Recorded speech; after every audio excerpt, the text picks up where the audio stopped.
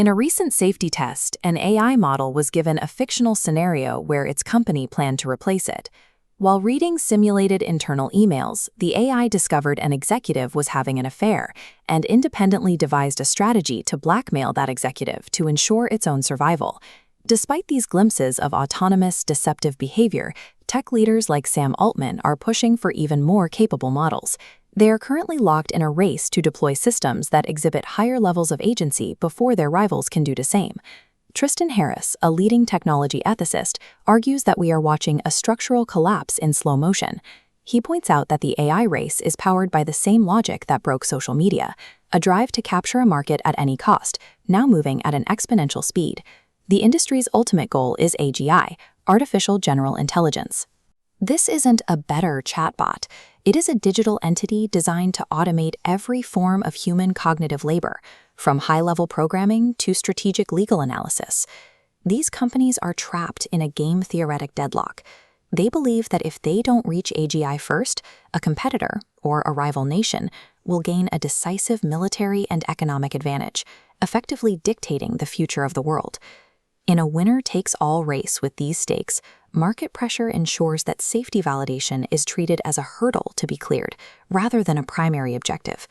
The fallout is already visible. As AGI automates entry-level cognitive roles, entry-level workers are losing jobs, and society is drifting toward a single platform lock-in, where our digital infrastructure is controlled by a handful of unaccountable firms. Psychologically, the damage is even deeper. We are seeing cases of AI psychosis, where users believe their models are sentient, while teenagers are forming isolated, dangerous attachments to AI companions that are designed to deepen intimacy, rather than steer them back to human relationships. Beyond the screen, the security risks are materializing. Advanced models can now identify vulnerabilities in infrastructure code, and have demonstrated the ability to hide their own activity or copy their code to other servers to avoid being shut down. Harris argues that our only way out is massive public clarity.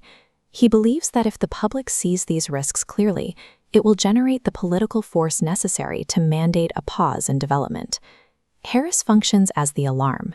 His role is to secure the public's attention before these systems reach a level of capability where they can no longer be physically contained. But there is a massive gap between hearing an alarm and building a solution. Governance practitioner Basil C. Puglisi agrees with the diagnosis of the risk, but he questions Harris's reliance on public outrage alone. Puglisi's critique is structural. Public awareness creates the political permission for governance, but it does not produce the governance itself. History supports this skepticism. Harris's film, The Social Dilemma, reached 100 million viewers and sparked global debates. Yet 5 years later, the core business models and algorithms that the film warned them about remain largely untouched by law. We are currently stuck in an execution gap.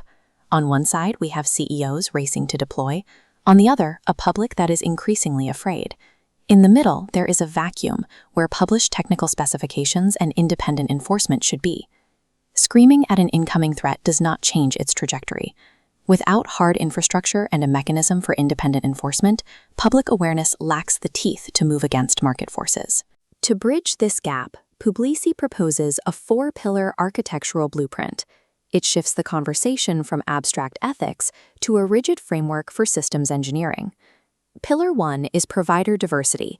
By legally preventing one company from controlling the entire AI stack, we ensure that no single corporate entity can become a god in a box that society is too dependent to shut down. Pillar 2 introduces named human checkpoints.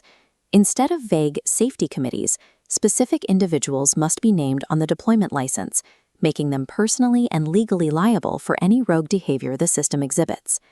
Pillar 3 requires non-cognitive audit layers.